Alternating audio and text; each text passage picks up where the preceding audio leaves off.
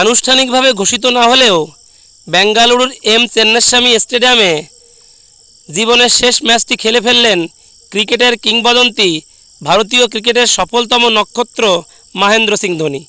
গত বছর থেকেই চোটের সমস্যায় বারবার জর্জরিত হয়েছেন তিনি। দর্শকের অনুরোধে আবার মাঠে ফিরে এসেছেনও তিনি। আইপিএল 2024-এ প্লে অফে ওঠার লড়াইয়ে ধোনির চেন্নাই হেরে যায় কিং কোহলির বেঙ্গালুরুর কাছে। প্লে অফে ওঠার আনন্দে মেতে ওঠেন কিং কোহলির বেঙ্গালুরু।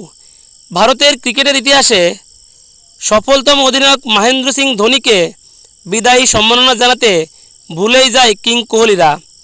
আর এই দেখে রেগে গেলেন প্রাক্তন ব্রিটিশ অধিনায়ক মাইকেল ভন বলেন, বেঙ্গালুরুর মাঠে ধোনিকে বেশি সম্মান জানানো উচিত ছিল। তিনি কাঠগড়ায় দাঁড় করান কিং কোহলিকে।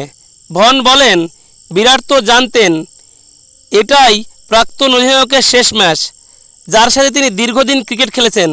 তাহলে তিনি কিভাবে গুরুকে সম্মান জানাতে ভুলে গেলেন?